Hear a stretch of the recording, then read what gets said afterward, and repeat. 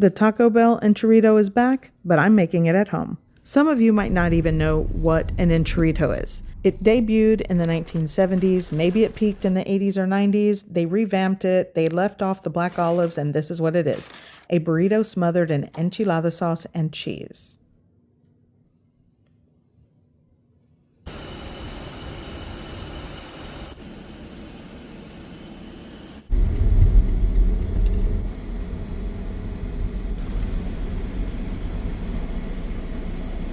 I'm picking up groceries and I'm going to show you how to make the Taco Bell Enchirito at home. It's not hard and it's better.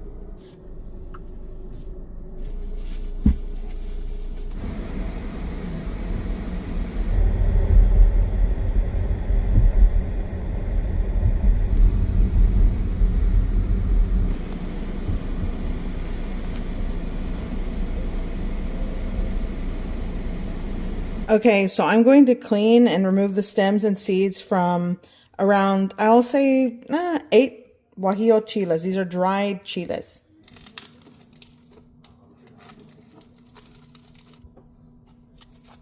And you just clean it just like this. Okay, here I have 2 cloves of garlic, a small piece of onion that's going into my pot. I'll let it boil for about 5 minutes, shut off the heat, let it steep for another 15 to 20. I'm also going to add 1 bay leaf. Okay, it's boiling. I'm going to shut off the heat and then cover it with the lid.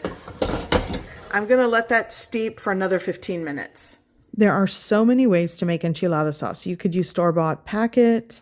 You could use canned enchilada sauce from the store, but this is how I make it at home. In a blender cup, I am going to add 1 Roma tomato that I just kind of sliced. Here, I'm going to remove the bay leaf from our soaked chilies, and all of this is going into the blender cup. I'm not going to add liquid until the very end. The onion and the garlic go in.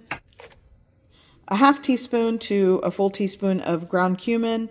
Here I have a 1/4 teaspoon of cracked black pepper, a 1/4 teaspoon of salt. Salt is to taste, but I'm starting with a little.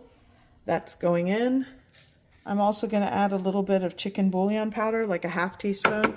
I'm also going to add like 2 teaspoons of this. This is fancy light chili powder, and that's what comes in it. It's sort of like a light chili powder blend. Now I'm going to add a little bit of that soaking liquid going in.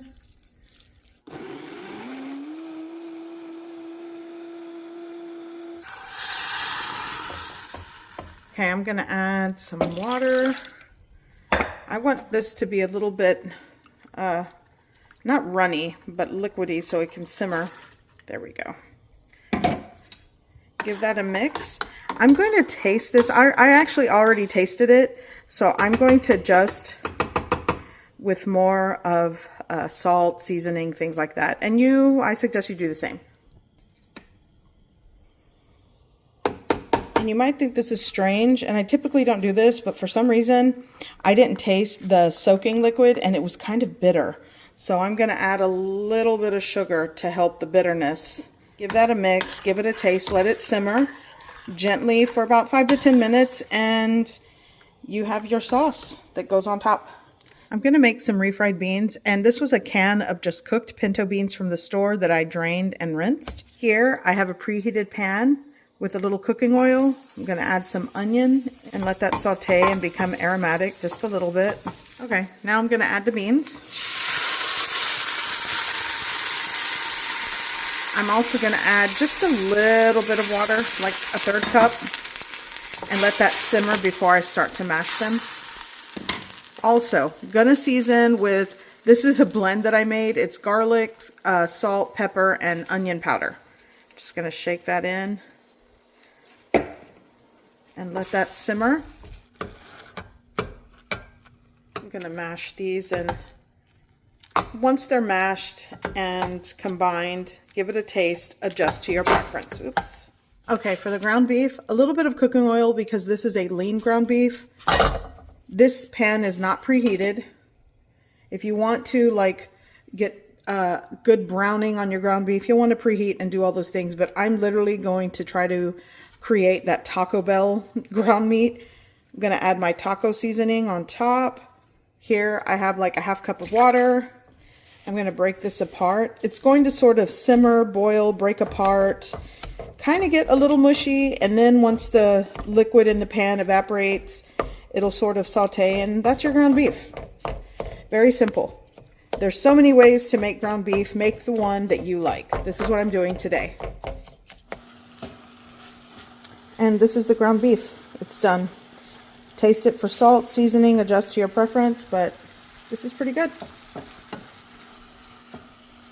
Okay, you can make tortillas from scratch. I've done it many times, but I like these from Costco, and they're uncooked, so I'm going to cook these, and it'll be almost time to put these together.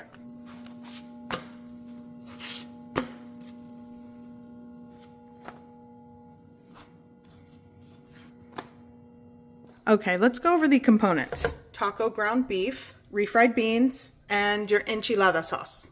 Also, onions go in, and shredded sharp cheddar cheese. You could use the cheese, melty cheese of your choice. That's what I'm going with today. Okay, you're starting with your flour tortilla. We're gonna add our beans right on the center. Now for the ground beef. I'm probably being more generous than Taco Bell. And your diced onion. Just like that. Okay, now I'm gonna... Actually, it's not a super tight roll. It's kind of like, I would just do like... It's not really a burrito roll, but this is kind of a big tortilla.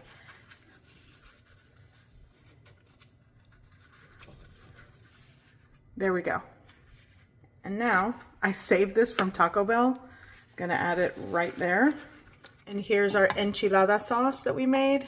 That's going on top. It's still warm. It's right on top.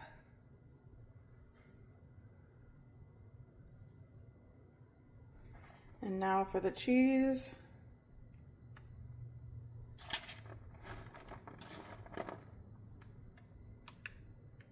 And that's your enchirito. Okay, and that is another fast food item that I love to make at home.